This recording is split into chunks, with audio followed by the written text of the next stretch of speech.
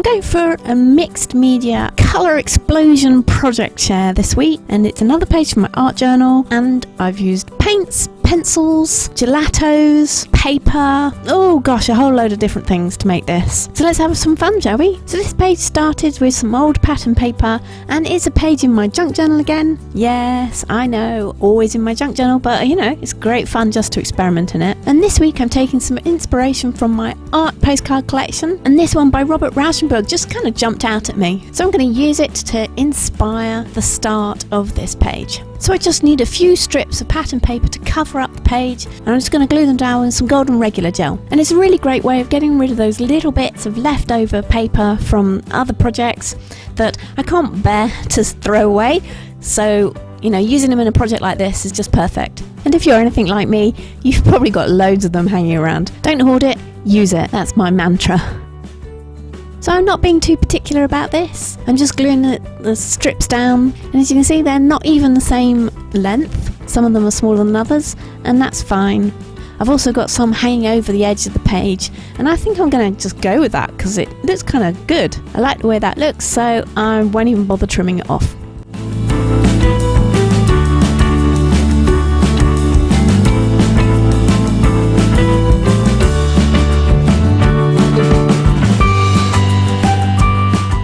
Once the gel's dry, I'm going to add some colour, and I've still got that postcard as my inspiration, and I liked all that lovely paint dripping, so I'm going to add some drips to this project, but I'm going to use gelatos to do mine. So first I thought I would just dip the gelato straight into water and then scribble it out into various parts of my page and kind of build up from there. And once I've got a couple of layers of colour down, then it's just a case of spritzing it with water to get those drips forming and moving it around, and then I just keep building up in that same way. Add some more colour, add some more water, make it drip.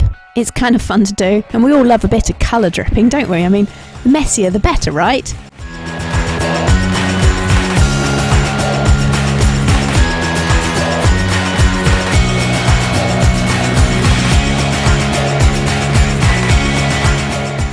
So I let that gelato layer dry. And a bit of confession now, I wasn't really sure where I was going to take this art journal page, so I decided I would just do a drawing on it. And as a lot of you already know, I'm kind of getting into my floral drawings at the moment, so I thought I would just draw a flower and some leaves. And this is an imaginary flower, so I'm not doing it from a picture or a real flower, it's just from my head. And if you want to see some more flower drawings, then check back to last week's video where I take you through some tips and tricks of drawing as well. And there's a link to that video in the cards as well as below in the description. So I'm using the thinnest tip of the Posca pens to draw this, and I'm just kind of drawing it out quite roughly. And I have to admit, I wasn't sure if the Posca pen would work over the gelatos, but it works perfectly fine. And to block out the outside, I'm going to use Sennelier's Abstract acrylic paint, which come in these rather handy sachet bags, and this one is about 120 mils or 4 fluid ounces. I'm going to mix and match a few of the colours to get my dual coloured gradient background. And I'm also adding in an iridescent paint from this range as well to add a bit of sparkle.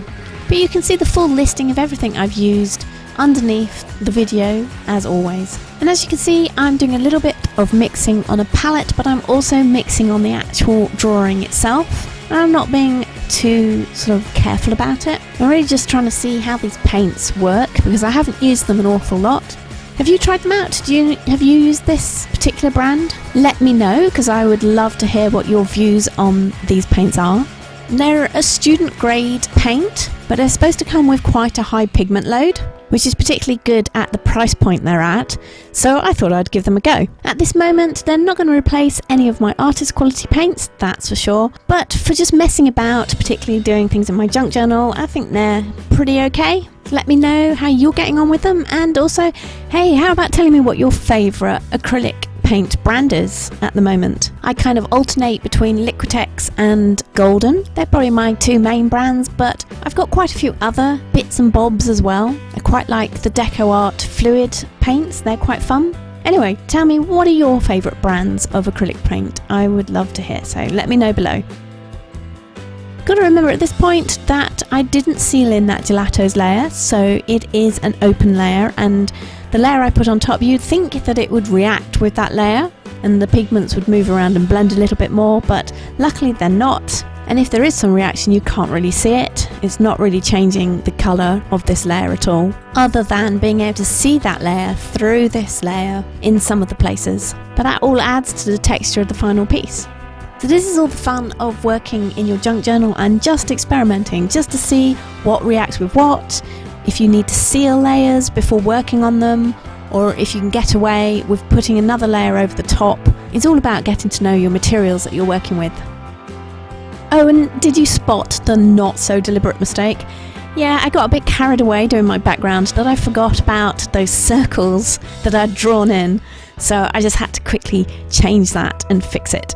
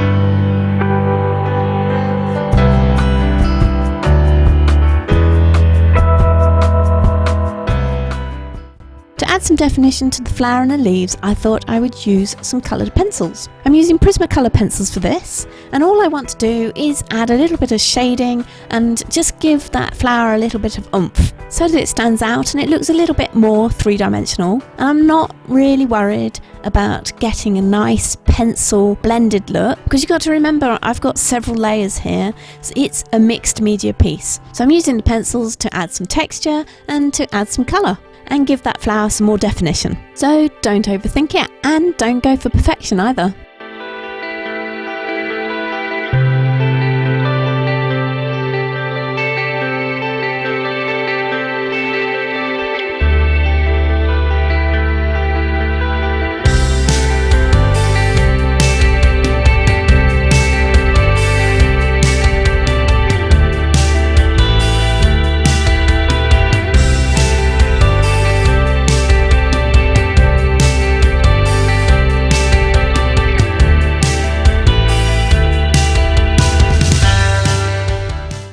After all that work on this page, the original flower drawing just needs a little bit of touching up. And I'm also going to add a little bit of thickness in some areas to the line, just to make it look a little bit more interesting. Plus some more pen detail to the background, just to bring it all together and add harmony to the piece. I think we can happily call this a mixed media piece. So what did we use? We used some gelatos, we've used coloured pencils, we used acrylic paint, paint pen. What else did we use? We used some regular gel and of course the pattern papers to start with. And I really like how you can see all the layers coming through. Plus, if you look carefully, you can see "Oh, what a beautiful day" from that original piece of pattern paper.